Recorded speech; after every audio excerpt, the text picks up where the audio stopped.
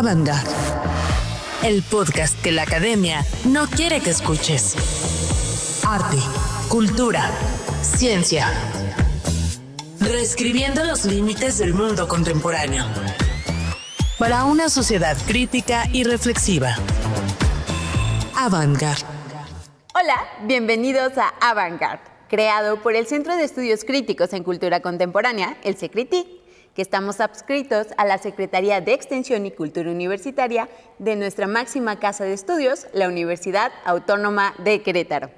Este podcast se va a centrar en abordar temáticas relacionadas con el arte, la cultura y la sociedad, que serán debatidos por investigadores, académicos, científicos y personas que vivan desde estas experiencias.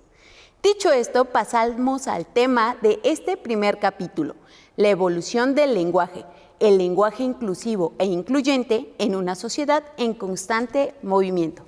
Presentamos a las personas que están aquí con nosotros. Primero que nada, muchas gracias por venir, por tomarse el tiempo.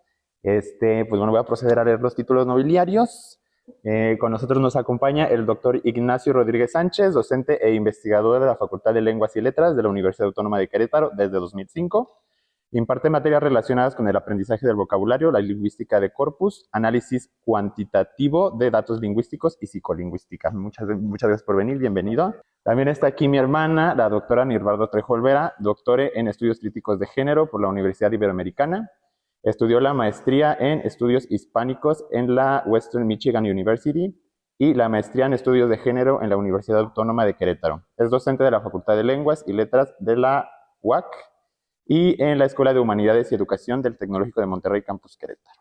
Igual, muchas gracias por venir. Bienvenida, hermana. Gracias. Y también nos acompaña Leche Virgen de Querétaro, México. Es una artista priete, no binaria, heterodisidente en constante mutación, especializada en formas de arte híbridas y expandidas, combinando performance, escritura crítica, creación de imágenes, travestismo, fotografía y video. Concibe su trabajo artístico como una herramienta de desobediencia política y poética.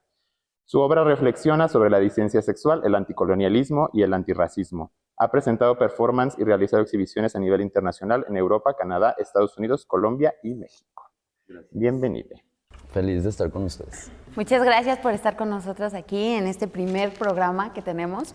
Y voy a dar como un para poder empezar acerca de la discusión. Bueno, el análisis del lenguaje puede ser interdisciplinario. Nos permite abordar desde distintas miradas lo que implica la palabra escrita, ya sea o también hablada.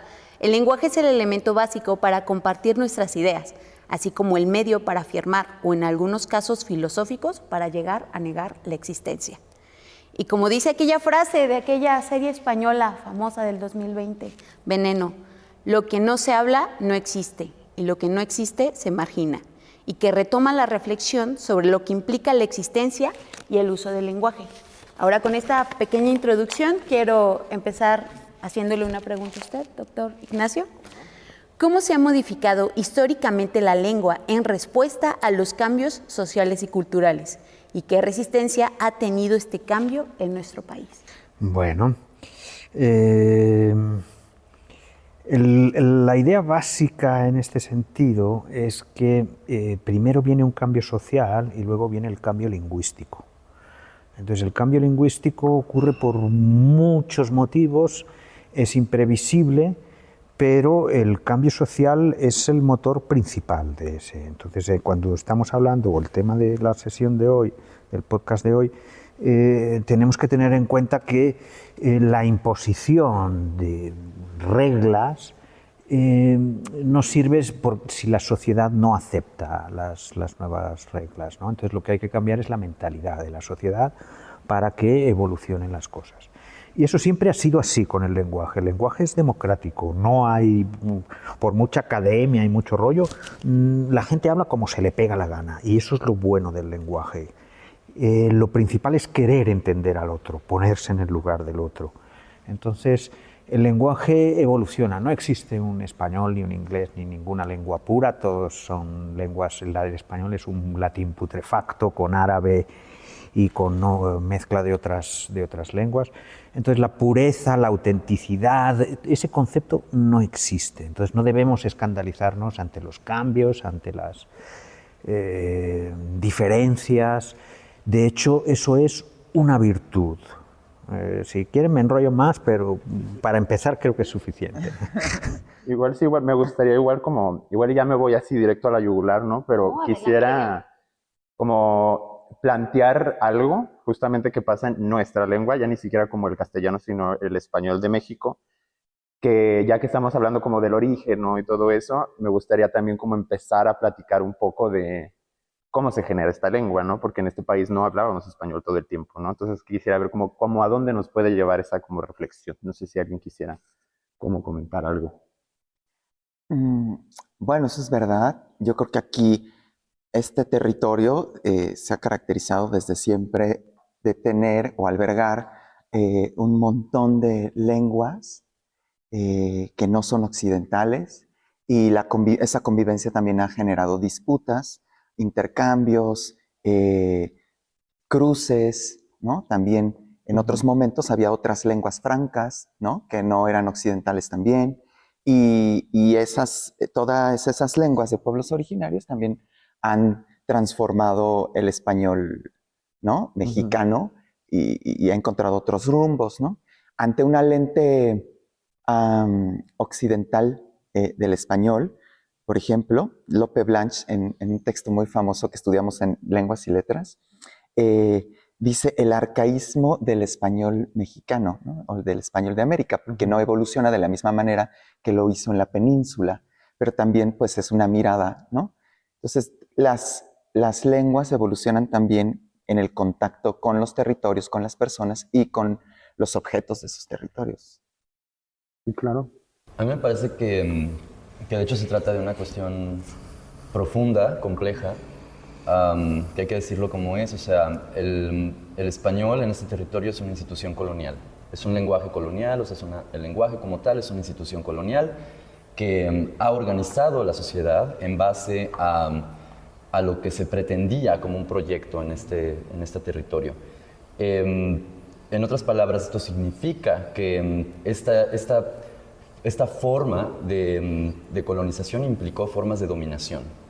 Para mí, el lenguaje, ¿no? O sea, el lenguaje español implica y es el resultado de un proyecto de castellanización en términos nacionales, ¿no? Del proyecto del Estado-Nación mexicano, que de hecho se conforma ni siquiera en aquel momento, sino en el momento del México moderno, ¿no? Que básicamente, como dice Yasnaya, ¿no? Yasnaya Elena Gil, cada vez que alguien hoy escribe en que escribe en mije, escribe en diferentes lenguas que se conocen eso como originarias, está generando un acto de resistencia contra ese proyecto de castellanización. En otras palabras, la castellanización de las personas en este territorio, en Abya Yala, ha tenido que ver con el aniquilamiento de esas poblaciones. Para mí no se trata de una convivencia, tiene que ver automáticamente con eso, ¿no? Con una dominación muy fuerte. Y yo, por ejemplo, lo veo de manera cotidiana, ¿no? En mi calle, yo vivo en el centro, hay una taquería de personas que vienen de Oaxaca. Cuando ellos están ahí hablando entre ellos, hablan en mije. Cuando llega alguien, un cliente, dejan de hablar en ese idioma y hablan en español. Por toda una serie de construcciones sociales que llevan hacia la marginización, hacia la discriminación, hacia formas de exclusión social relacionadas al lenguaje.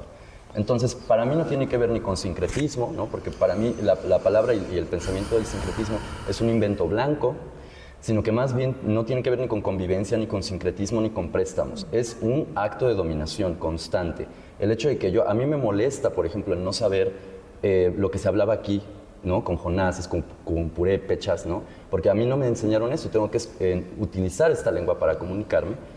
Me ha faltado igual la posibilidad de estudiarlas para entenderlas. Pero cuando se quitan esas lenguas, cuando hay esta imposición, no solamente estamos cambiando la manera en la que la gente se comunica de forma social, sino que estamos aniquilando no solo una cosmovisión, sino un cosmosentido de esas sociedades. Entonces, que dice Oyeromni, ¿no? Oyegumi Oyeronke, perdón, dice que cuando se traduce, por ejemplo, en el caso de las sociedades de la sociedad de Oyo en África, ¿no? Cuando llegaron ahí las colonias británicas y se hicieron traducciones de las lenguas originarias al inglés, lo primero que se perdió fue lo poético. Y ese sentido poético de la existencia, que para la sociedad yoruba es súper importante, ya no lo tenemos en español. Lo mismo pasa en ese territorio. Y a mí eso me molesta, ¿no? O sea, me molesta saberme como una persona mestiza después de ese proceso de dominación colonial, que por supuesto fue violento, que tuvo mucho que ver con la evangelización, ¿no? Porque en este país, si no fuera a propósito del proyecto de cristianización y por lo tanto de catolicismo, ¿no? Que se instaura con la evangelización, porque la educación y la evangelización fueron de la mano, no hubiéramos tenido esa dominación del lenguaje, ¿no? No hubiéramos tenido como una herramienta colonial la forma de cambiar a la gente, ¿no?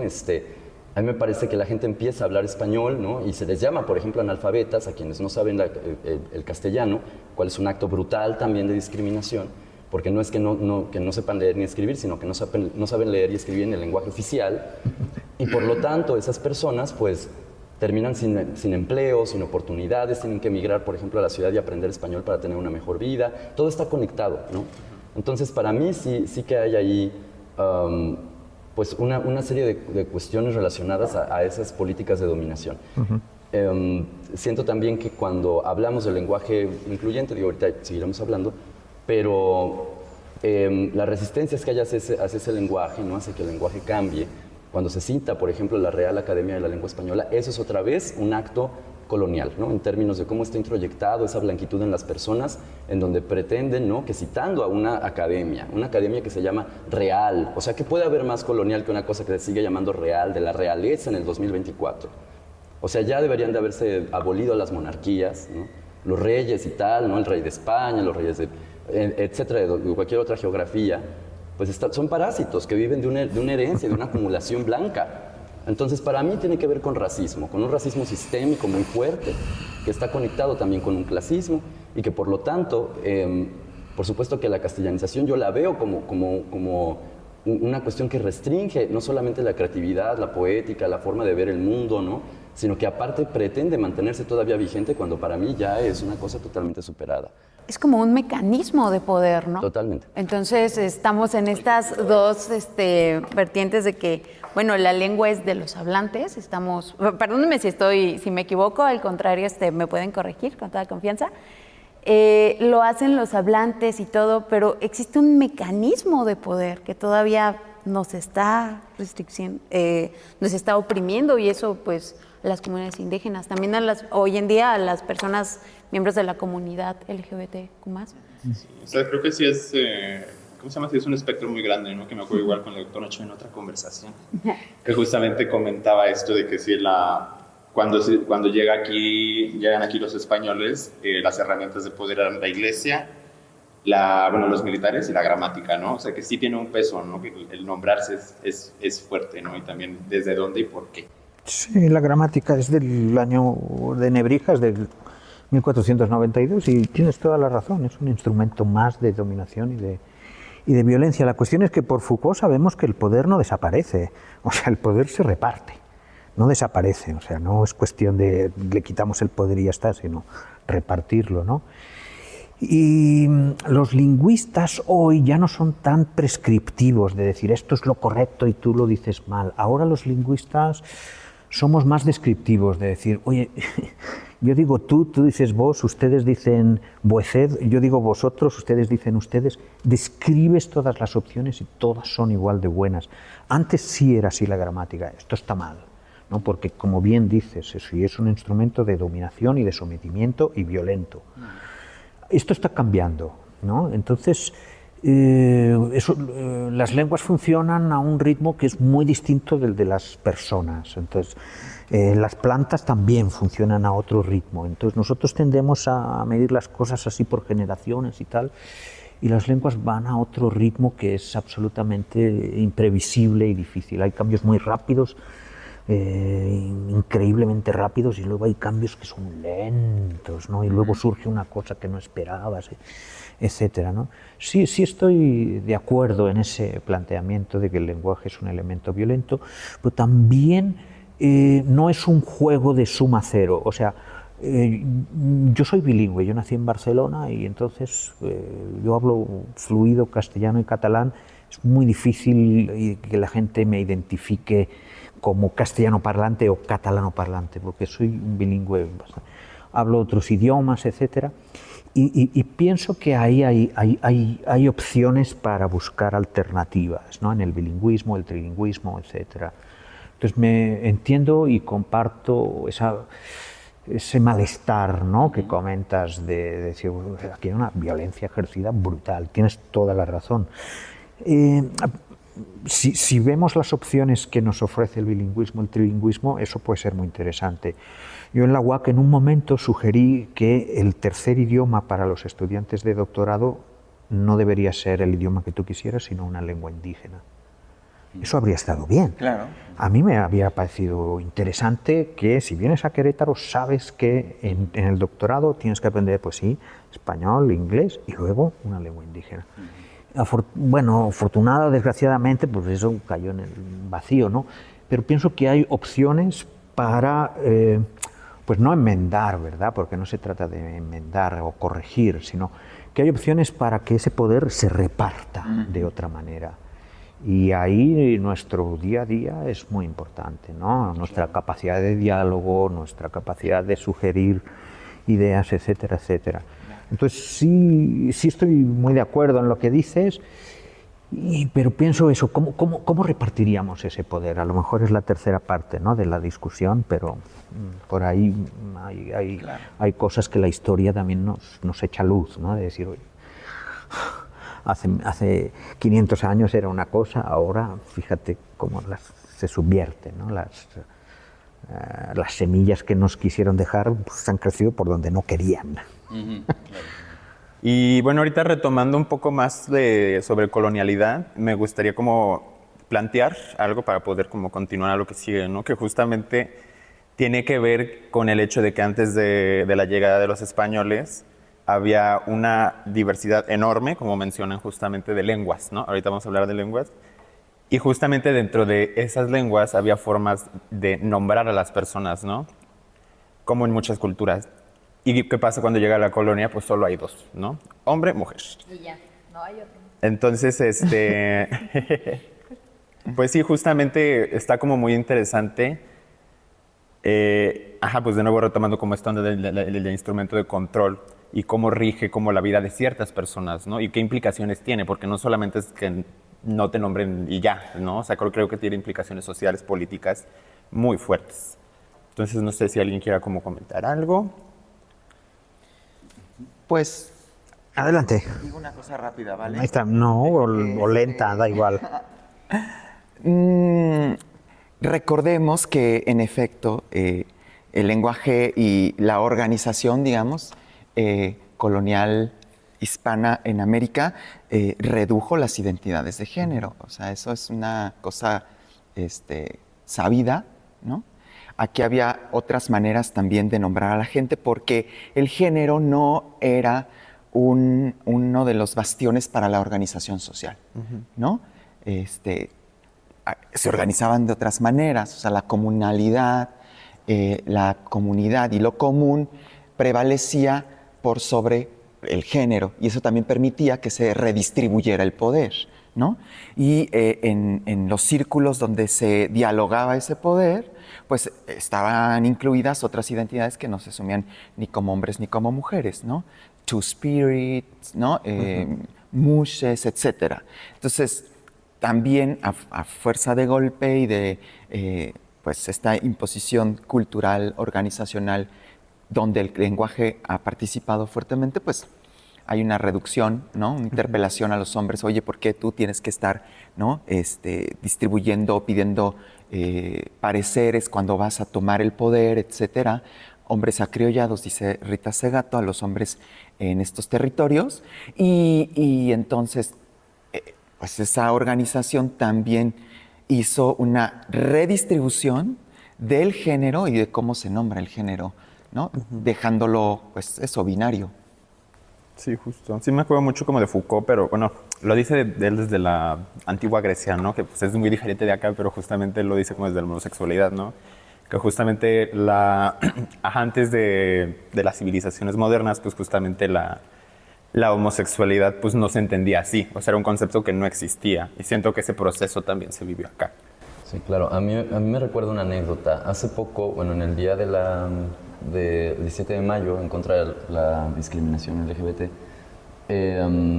yo vi cómo, bueno, con la idea de la inclusión, trataron de presentar también un posicionamiento traducido a náhuatl, por ejemplo.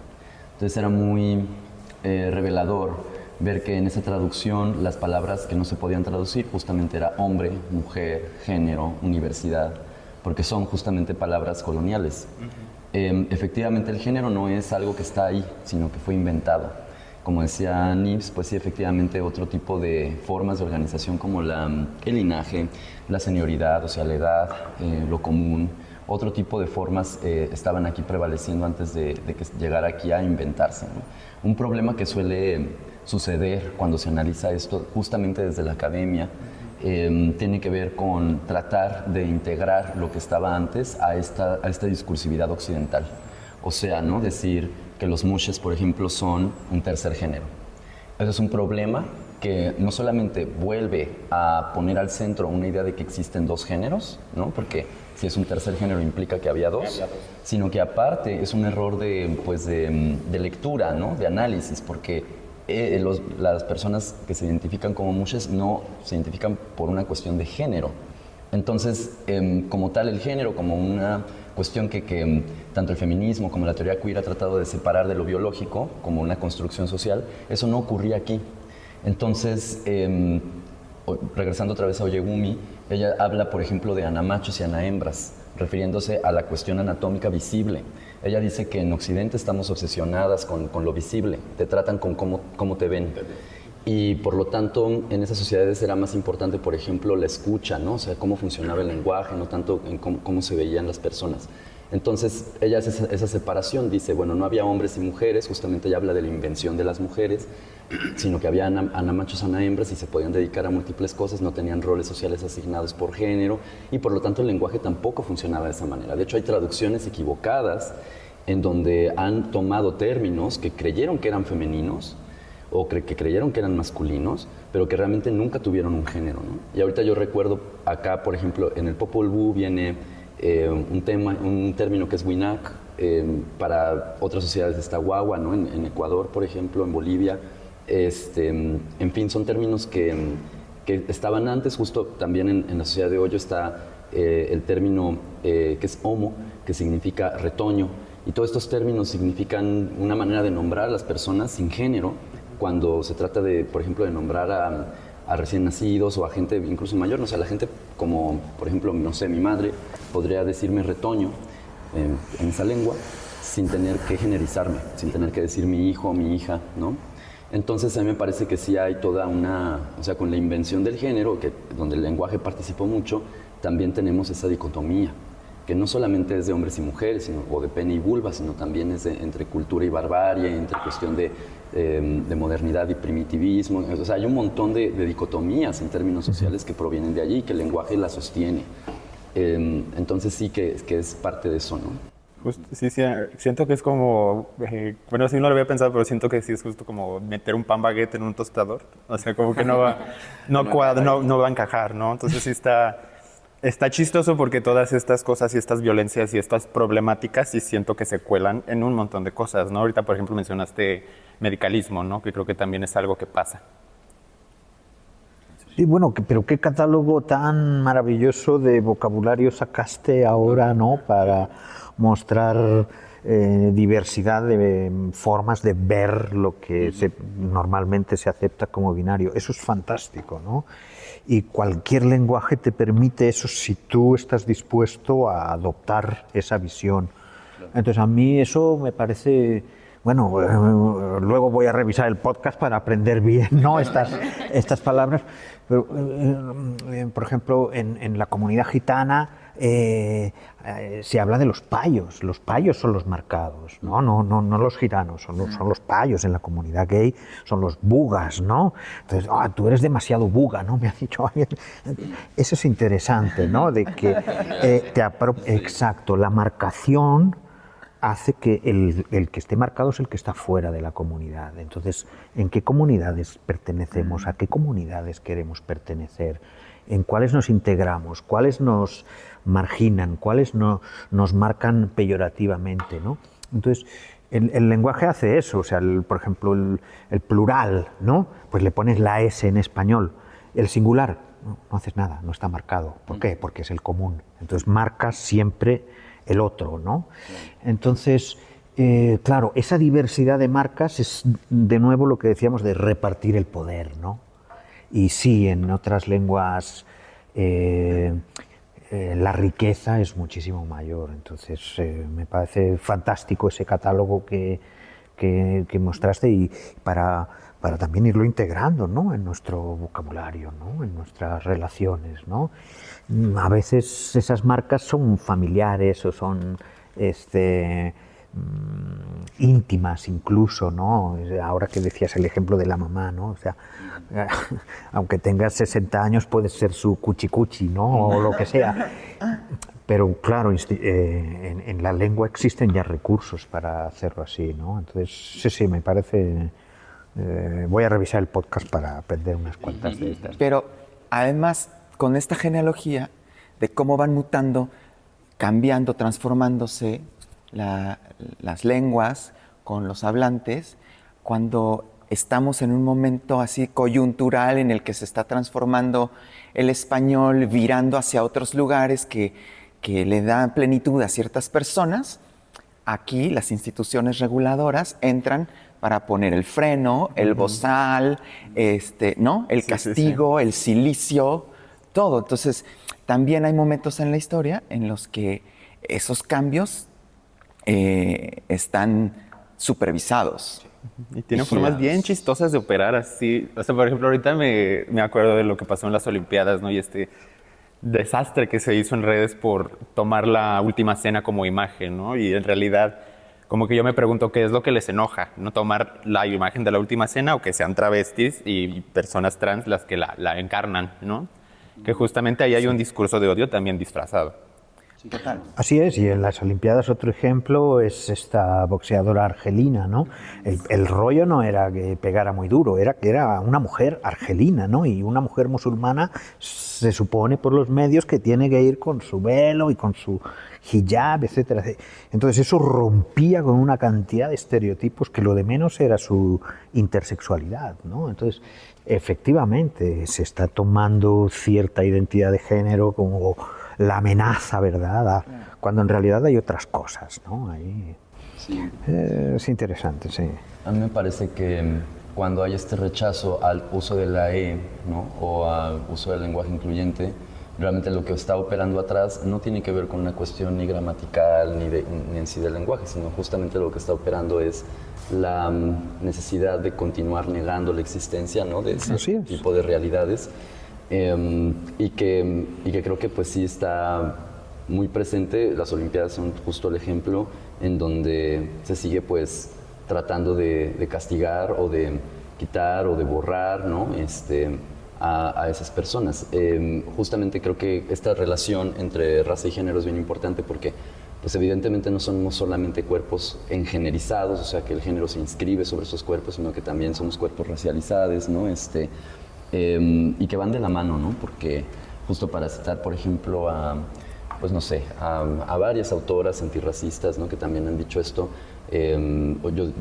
Yudelkis Espinosa, Chicuriel, ¿no? También Micaela Drullar, pues es que antes de poder nombrar a las personas como hombres o mujeres, existe este dimorfismo sexual en donde tienen que ser machos o hembras y que de ahí parte lo demás. Entonces, sí hay una diferencia, ¿no? Dirían justo las mujeres racializadas como Imán Khalif, etcétera, no serían entendidas como mujeres, sino básicamente como animales, ¿no? Dentro de esa misma escala de poder. Sí. Entonces sí, efectivamente, ahí hay toda una complicidad con el lenguaje, ¿no? Recordaba como, por ejemplo, durante la Revolución Francesa se hace esta Carta de los Derechos del Hombre, que de ahí se parte después hacia pues, los derechos humanos, pero que en un momento no se llamaban humanos, se llamaban del hombre, y de lo que eso significa, ¿no? En términos de quiénes habitan esa categoría o quiénes pueden entrar ahí. Por eso que las mujeres no fueron reconocidas como ciudadanas tampoco, ¿no? Durante mucho tiempo. Entonces sí que todo está ligado, ¿no? Eso es así como también yo lo... Pero si vemos, entonces lo que está detrás de todo esto es negar que las personas puedan tener agencia sobre sus propias vidas. O sea, también las Olimpiadas es todo una institución reguladora de todo. O sea, Como no que sé. permite, pero hasta aquí, ¿no? Sí, claro, o sea, parece que permite, pero no permite. Hay regla para todo, hasta cómo te vas a vestir para el deporte y hasta dónde tienes que llegar, ¿no? O sea, y afianza la fuerza como el ámbito de dominio de la masculinidad. Entonces, a mí los deportes no es, la pregunta no es qué personas pueden hacer qué deportes, ¿no? Sino por qué los deportes siguen siendo las formas de legitimar las vidas de las personas, ¿no? Cómo esas personas valen más porque son tales o cuales en fuerza, etcétera. O sea, ¿por qué no hay olimpiadas, no sé, de otras suertes, no? Pues no existen, porque tiene que ver con algo que interesa al mundo, que detenta la fuerza como forma de subjetivación. Entonces, cuando en los deportes, pero también en la vida pública, en todo lugar, una persona osa imaginar distinto, decidir sobre su propia vida, aquí los castigos van a llegar pronto. O sea, esa es la regulación. Entonces, no puedes poner ni nada, ninguna palabra. Vas a asumir lo que te diga el doctor y la iglesia. No te vas a, ¿sabes? O sea, no vas a usar esta ropa en este deporte, como le sucedió a las jugadoras hace 4 años en las Olimpiadas, ¿verdad? Suecas, que decidieron que no iban a portar un speedo pequeñito porque era incómodo y usaron, ¿no? Entonces, las regulaciones sí están en el lenguaje, pero se despliegan en toda la vida. Sí, sí, ese es el sistema, a nivel económico es el capitalismo, pero sí es el sistema donde todo está encaminado a la producción, el beneficio, la competitividad y la expoliación, ¿no?, de la naturaleza, de los recursos de las personas, de su tiempo, etcétera, etcétera. Entonces, aquí en el lenguaje es un elemento más donde se ve esta manera de pensar, de competitividad, de expoliación, de etiquetado, todo encaminado a la explotación, sin ninguna duda, sí, sí. Entonces hay que hablar de esto abiertamente, todos sabemos, pero hay que desenmascararlo en nuestras vidas cotidianas e incluso nuestras propias vidas, ¿no? Porque inconscientemente, claro, en el lenguaje tú conceptualizas las cosas y es el modo en que ves el mundo, pero el lenguaje te permite conceptualizar lo que tú quieras, lo que tú veas, ¿no? Es el ejemplo del buga o del payo, o sea, tú lo puedes usar para tu propio, le puedes dar la vuelta, ¿no? Y así es un ejercicio permanente, es un ejercicio incómodo, nunca terminas, ¿verdad? De decir, pues ya le hallamos a la manera, pues no, nunca, ¿no?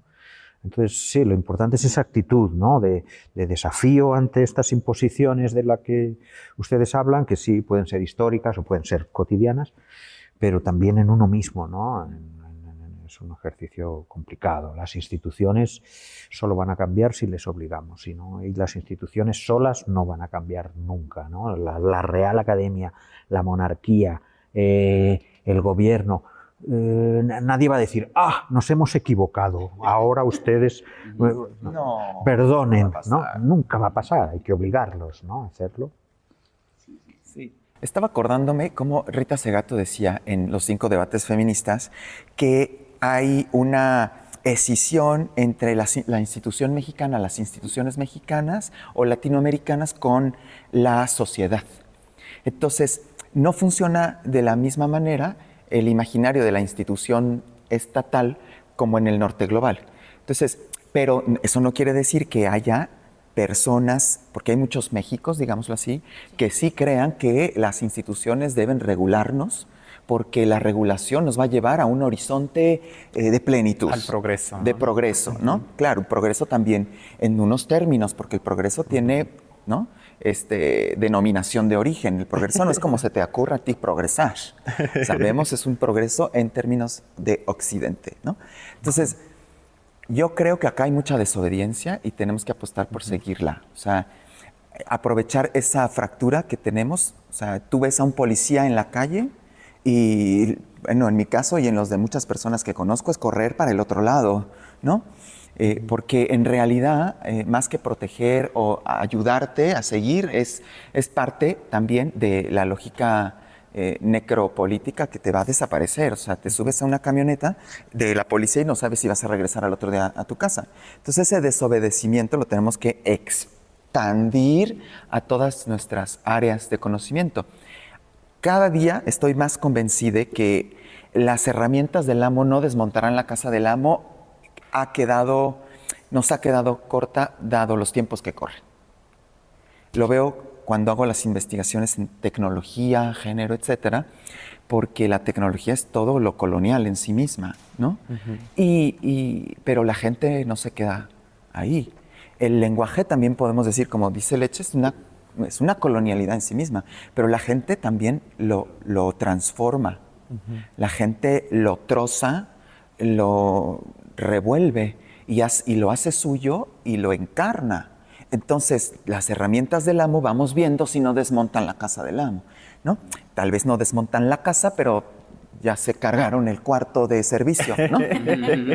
La cocina y ahí vamos por más. Entonces, yo creo que también pensar en una lógica de apropiación y desapropiación nos puede dar formas imaginativas y políticas de encontrar formas dignas de estar, o sea, de estar juntas, de pensar que nuestras vidas son vivibles y válidas, o sea, y entre eso el lenguaje. Sí, ¿no? Como el lenguaje, como un mecanismo político de poder, de decir, no me gusta estas instituciones, no me gusta que me estés nombrando así, yo quiero de esta forma porque soy yo. Entonces, ¿qué podrían opinar al respecto de esto de como un acto político, el poderse nombrar? Pues yo pensaba, ahorita, sí es Audre Lorde, ¿no? En esta frase de la herramienta. Pensaba justamente en cómo, por ejemplo, existe esta perspectiva con respecto a las lenguas calibanas, ¿no? Que es el hecho de...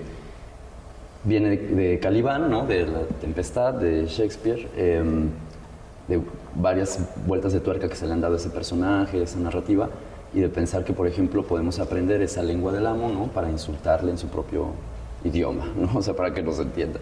Yo también le apuesto a esas desobediencias, esas venganzas, pues, simbólicas, ¿no? Y yo creo que es 100% político, o sea, en términos de la manera en la que hablamos, la forma en la que... O sea, a mí me encanta, por ejemplo, la capacidad creativa que tienen las personas que, por ejemplo, se dedican al trap, que se dedican al reggaetón, que se dedican a generar con el propio lenguaje otras maneras, ¿no? Se me hace como súper desobediente en términos de, pues de todo, ¿no? Pero mucho más en términos de esa institución del lenguaje. Entonces sí, creo que no está de más, o sea, sabemos, ¿no? Sabemos que hay gente que no nos va a nombrar con nuestros pronombres, etcétera. Hay muchas personas que se equivocan, yo también me equivoco, porque claro, son más de 500 años con todo esto. Entonces, obviamente, pues está muy introyectado, pero lo que yo creo que sí es importante es que aquellas personas que se, digamos, rehúsan justamente por una cuestión política también, ¿no? De decir, no, es que no es la manera correcta de hablar, es que eso está mal, es que, ¿no? Porque sabemos hay todo un resurgimiento de lo que se nombra como ultraderecha, ¿no? Cada vez más presente, que sabemos que lleva a cuestiones súper peligrosas, ¿no? Como está ocurriendo, no sé, en El Salvador, con Bukele, cosas así súper peligrosas. Esas personas que se rehúsan a querer nombrar a las personas como deciden nombrarse, a mí sí me parece que deberían de hacer como una especie de reflexión de entender que son herederos de esa misma colonialidad, que cada vez que defienden la A y la O como únicamente la posibilidad pues binaria, dicotómica, sí tendrían que darse cuenta que también están sosteniendo todo eso, ¿no? Porque eso se encarna, o sea, no nada más es la institución, sino que pasa a través del cuerpo de las personas, pasa a través de la forma en la que nos comportamos. Entonces, pues yo sí los hago responsables, de manera así como en términos históricos, de que sigamos teniendo problemas, ¿no? O sea, el asesinato de Ociel, por ejemplo, los más de 40 transfeminicidios que van en el año, o sea, es interesante pensar, ¿no? Yo quería problematizar eso también con respecto a el nombre, ¿no? del lenguaje incluyente, la idea de la inclusión, porque si efectivamente estas políticas de inclusión estuvieran teniendo un impacto real en la sociedad, posiblemente ya no tendríamos esos números tan horribles de cifras de violencia por esas razones, ¿no? Sin embargo, eso no está pasando. Entonces, por un lado tenemos una serie de intereses que tienen que ver con ese horizonte de la inclusión, tenemos banderas arcoíris, tenemos estos ejercicios que hacemos, este mismo programa que busca justamente pues educar, tratar de informar, tratar de generar conciencia, pero por otro lado la realidad material de lo que está pasando no cambia, sino que parece que hasta se recrudece, ¿no? Yo escuchaba a una mujer trans, ¿no? Que se dedica al trabajo sexual, que también vive con discapacidad, no sé, mamada. Ella hablaba de que la tipificación del transfeminicidio iba a hacer más difícil sus vidas en lugar de hacerlas fácil. Porque ahora, como hay una medida punitivista para castigar a los transfeminicidas, ella sentía que eso iba a generar ahora una respuesta más agresiva por parte de las personas y que al final la gente que tenía dinero, que tenía privilegios de clase, etcétera, iba a escapar a esa tipificación de todas formas. Ella decía, ni los van a agarrar, ¿no? Y digo, con todo respeto al trabajo de Kenia, por supuesto, y de las activistas, ¿no? Kenia Cuevas, Natalia Lane, etcétera, pero digo, no nos sirve de nada tener una tipificación si no tenemos también todo esto que está afectando en términos de raíz, de profundidad, o sea, sí necesitamos, ¿no?, que las personas se involucren, porque esto no es nada más una cuestión de, quienes sean disidencias. Todo mundo, aquí estamos hablando del lenguaje, lo utilizamos, ¿no? Así es. Entonces siento que también las personas que también son heterosexuales, que son cisgénero, que parecen estar como lejos de estas problemáticas, también tendrían que pensar la responsabilidad que conlleva seguir negando esas existencias, porque eso es lo que hace que se recrudezcan esas violencias. Y aunque tengamos castigos, pues lo mejor sería que no usáramos esas leyes, ¿no? O sea, que ya no hubiera esos casos, que no se tuviera que juzgar a la gente por ese, ¿no? Yo a veces tengo ideas muy locas, pero a mí me gustaría que se llamaran más bien crímenes cis-heteropatriarcales, en lugar de, ¿sabes? Que hace que no va a pasar, pero bueno. Que ahí, porque al rato vamos a también tener, ¿no? Como enevicidios, no sé cómo decirlo, ¿no? Como no binaricidios. O sea, lo que trato de decir es, efectivamente, ¿no? El lenguaje es esa red que sostiene como todas estas cuestiones. Y por lo tanto creo que también ahí el reconocer los pronombres de una persona ya empieza por transformar eso en términos sociales, ¿no? Entonces por eso es lo que pensaba como en términos del acto político del lenguaje y de cómo impacta también pues, en las personas, en la sociedad, etcétera. Está muy interesante, no lo había visto yo desde esa perspectiva. Y sí, pareciera que queremos que las instituciones hagan este cambio, pero si todas las personas que formamos parte de la sociedad no tomamos en cuenta eso, pues vamos a seguir replicando esas mismas violencias. ¿Algo que quieran comentar? Somos cómplices, ¿no? Como, no todo el mundo, pues, pero al no cuestionarse como estos sistemas de poder, pues al final de cuentas, o decidir ignorarlos, ¿no? Que creo que es peor. Te vuelve automáticamente cómplice. Y también, bueno, quería como igual también, o sea, ya hablamos como del problema, ¿no? De la problemática política. También creo que es importante hablar de las formas que las disidencias sexuales se organizan para resistir como pues ahora sí, al sistema cis-heteropatriarcal. Yo, concuerdo con Leche, sí, me gusta lo que ha dicho. Pero también estoy como para hacer un cambio. Los cambios no son fáciles, no cuestan. Incluso, como hemos visto lo que ha pasado en los Estados Unidos en los últimos 5 años, ¿no? Que, por ejemplo, no sé, Vermont, el estado de Vermont, fue el primero que hizo una ley para que hubiera un matrimonio, ¿no? De personas del mismo sexo, vamos a decirlo así, y lo acaba de quitar, ¿no? Bueno, no lo acaba, ya tiene un tiempo que lo quitó, hace 5 años. Tiene que ver con la vuelta de tuerca de, pues, toda esta pensamiento de ultraderecha antigénero, ¿no?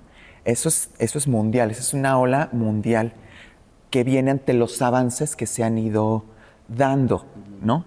Yo creo que no hay bastión despreciable de lucha, ¿vale? Entonces, las medidas que se hacen desde el Estado para promover la persistencia de vidas en este mundo, vamos a decirlo así en términos más amplios, bien, pero no puede ser la única ni que esperemos que en un Estado-nación como el mexicano sea la que nos resuelva la vida, porque no, casi que ninguna lo ha hecho. Entonces, van de la mano con otras formas de cambio. Entonces, como las universidades también integran dentro de su lógica de poder administrativa prácticas, ¿no?, que afirman otras identidades, eso será muy interesante. Cómo la educación de un país integra esas prácticas. Entonces, sí que las instituciones pueden hacer cambios, pero también necesitamos incidencias en los diferentes senos sociales, porque hay muchas sociedades mexicanas, no hay solo una.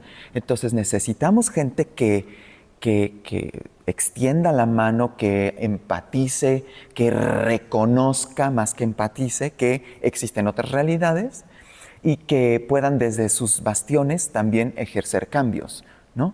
Porque las muertes de todas las personas, de personas trans, de personas no binarias, de personas sexodisidentes en el mundo, son también costos para economías del país, para la educación de un país, para la cultura de un país. Eso ya lo sabemos, eso no está desligado, ¿saben? Entonces, que no lo que reconozcan es otra cosa.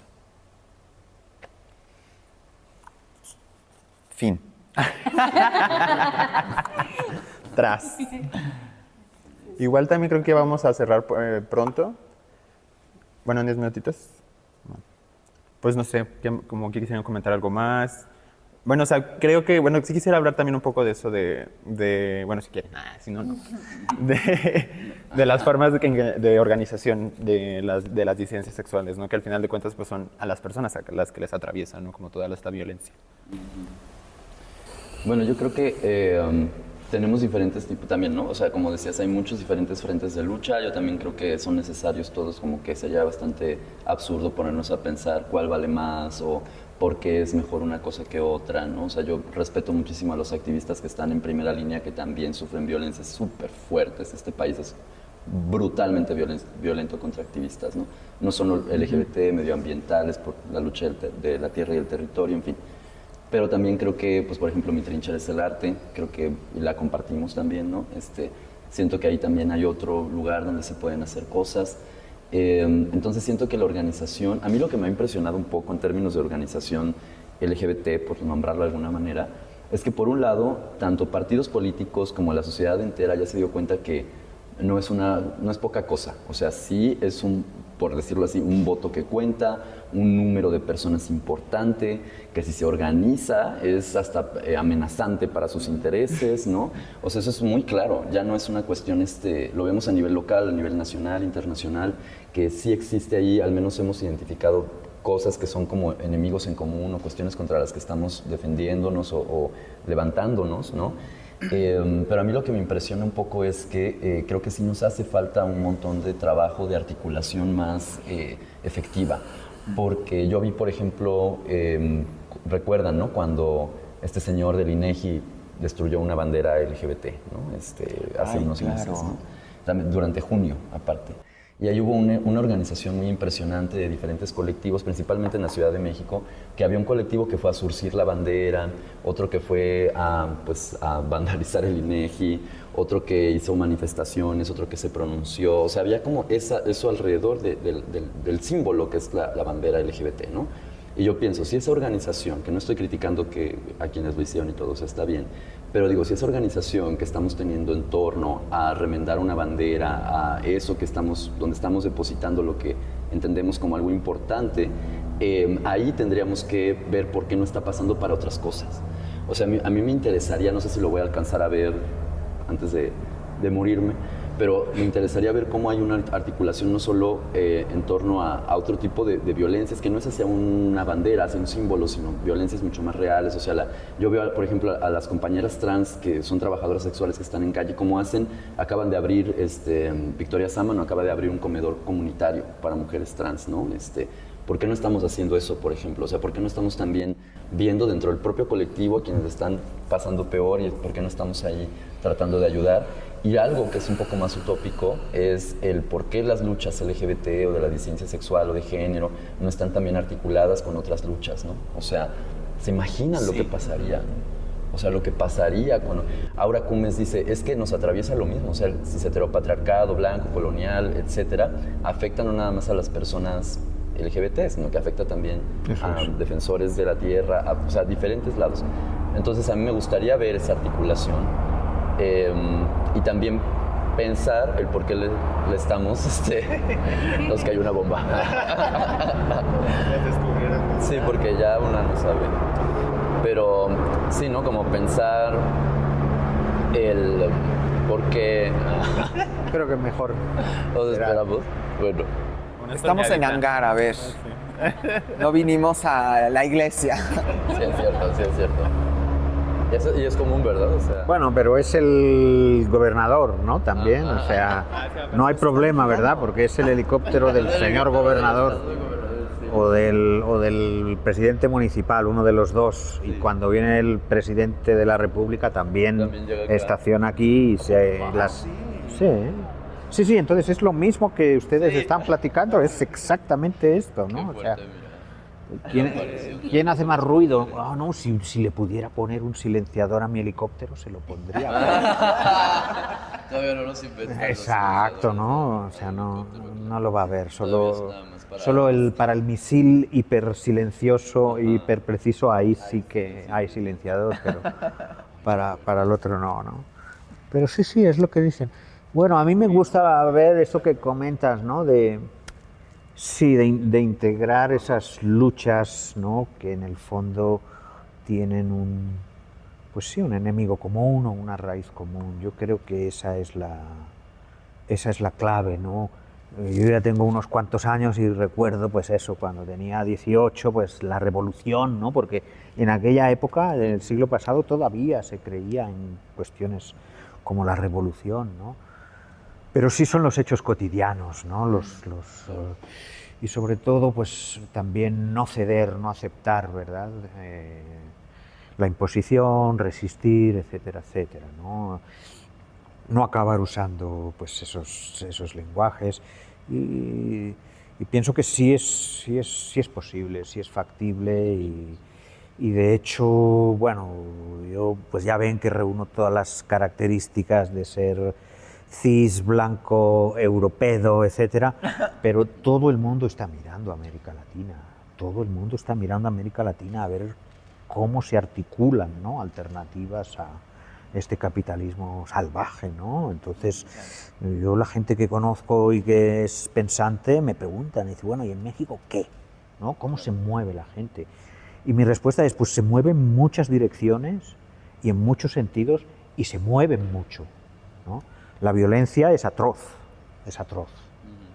porque no hay un Estado que te defienda y los derechos son violentados. Pero yo, en comparación con el estado de ánimo que veo en otros lugares, pienso que acá ustedes están dando, pues con estas organizaciones, estas redes de sororidad, de solidaridad, etcétera, es no solo una solución para ustedes, es el mundo el que mira, ¿no? Entonces eso es muy importante. No lo hacen para que el mundo les mire y les aplauda, pero sí ocurre, ¿eh? Sí, por lo que yo sé, sí es algo digno de admiración por mucha gente, ¿no? Entonces, igual también para ir cerrando, me gustaría como que me dieran como su opinión final, su conclusión. Comentarios finales respecto a lo que hemos estado hablando hoy en esta mesa. Cosas, ¿no? O sea, igual, si quieren regresar al principio no pasa nada, ¿no? O sea, es más bien como para cerrar. Pues yo insistiría en este tema de las solidaridades, y en el lenguaje se puede mostrar, y las solidaridades viajan a través del tiempo, de la clase social, de la identidad de género, viajan mucho. Yo creo que ahí hay un trabajo que puede ser, pues sí, social, de militancia, pero también es un trabajo individual y de la vida cotidiana, ¿no? De micromachismos, microviolencias, etcétera, que conviene poner de manifiesto. En mi caso, pues por ejemplo, en el aula, ¿no? Porque soy profe, pero también pues en el transporte, en la tienda, en el mercado, etcétera, ¿no? Y pienso que sí, que el lenguaje va a ir cambiando porque la percepción y la sensibilidad de la gente cambia, y aunque hay saltos atrás, hay saltos adelante muy, muy grandes que no tienen marcha atrás. Pues estaba pensando, pero yo quiero conminar a todas las personas que se encargan de la educación en este país, desde la educación preescolar, primaria, secundaria, preparatoria, las universidades y otro tipo de escuelas que también educan, que se lo piensen muy bien, que la educación la puedan abrir, que puedan integrar otras experiencias cuando hacen sus programas, cuando ponen sus programas de clase, quiero decir, cuando integran casos para ejemplificar lo que están estudiando, que integren experiencias de vida no necesariamente normativas, ¿verdad? Que integren experiencias otras que también puedan ayudar a abrir el espectro de lo que consideramos humano posible, porque aunque las universidades tengan estas reglas o medidas para integrar o emplear lenguajes incluyentes, me parece que todavía eso encuentra una traba, ¿no? Para bajar a la clase, para bajar con los estudiantes, para bajar a los contenidos, para bajar a la creación de materias y las formas en las que nos relacionamos, las personas administrativas también. O sea, ese es un bastión importante para empezar el hacking, yo creo. Parece súper bien. Leche. Bueno, en mi caso, por un lado, creo que también es bien importante hacer el lenguaje nuestro, o sea, en términos de más allá de lo que diga la sociedad o las instituciones o lo que sea, también creo que cada persona puede hacer ese ejercicio. Coraje que te quiten el helicóptero. Ajá, sí. Bueno, sí, continúo. Y además solo lo hacen contigo, ¿eh? Sí, ya pasó date 2 cuenta veces. que deben ya. tenerte identificado como Identificado perdón. estoy, obvio. De hecho, ayer pasó con las campanas de una iglesia. En un evento estábamos hablando por el micrófono y empezó a sonar las campanas de ahí de la iglesia de la Cruz. Un complot muy organizado. Se nota. Pero nada es casual. Nada es casual, algo ocurre, sí. Es que sí, hay voces que siempre serán incómodas, o sea, sí. Pero bueno, decía que me parece que es importante hacer como el lenguaje propio, ¿no? O sea, la escritura, por ejemplo, es un ejercicio, como que a mucha gente le dicen que no, o sea, como que para ser escritor uno imagina que hay como todo un proceso, ¿no? Escritor, muy difícil de lograr, pero que al menos en mi caso, yo, por ejemplo, empecé a incorporar escritura en mi trabajo artístico, un poco también como pensando en lo que decía, por ejemplo, Gloria Anzaldúa, ¿no? Una feminista chicana, sobre que pues escribir para ciertas personas es ya en sí una cuestión de resistencia, ¿no? O sea, ella dice, bueno, a ver, hay mujeres que ni siquiera tienen un cuarto propio, como lo decía Virginia Woolf, pero que escriben en la cola de las tortillas, que escriben cuando se están empezando a quedar dormidas cuidando a los hijos. O sea, esos momentos son también momentos de resistencia que hacen que nos apropiemos del lenguaje. Y lo que también quería decir que es bien importante es que, por favor, no asuman los pronombres de la gente. O sea, tenemos toda una sociedad que, como decía, está basada en lo visual, en donde podemos identificar cuestiones que están pensadas como masculinas o femeninas, pero eso no tiene nada que ver con la identidad de la persona.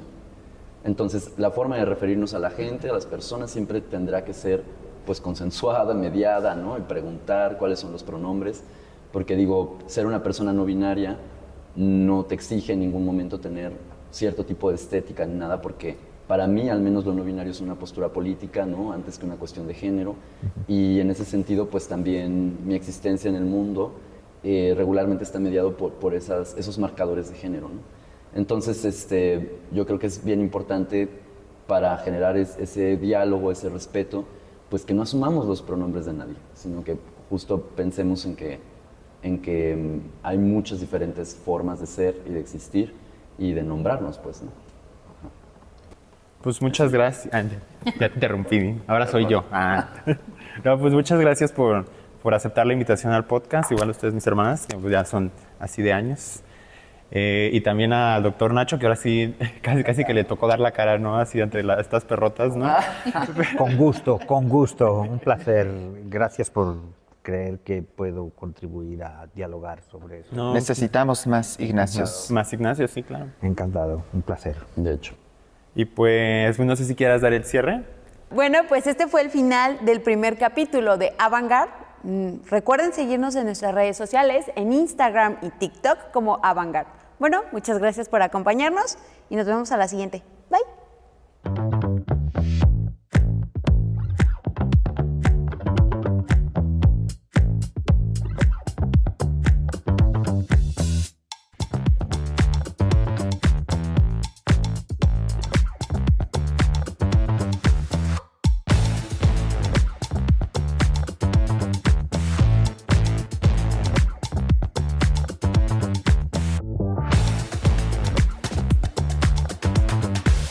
Las opiniones en este programa son de exclusiva responsabilidad de quienes las emiten. No representan necesariamente la visión del Centro de Estudios Críticos en Cultura Contemporánea y la Secretaría de Extensión y Cultura Universitaria.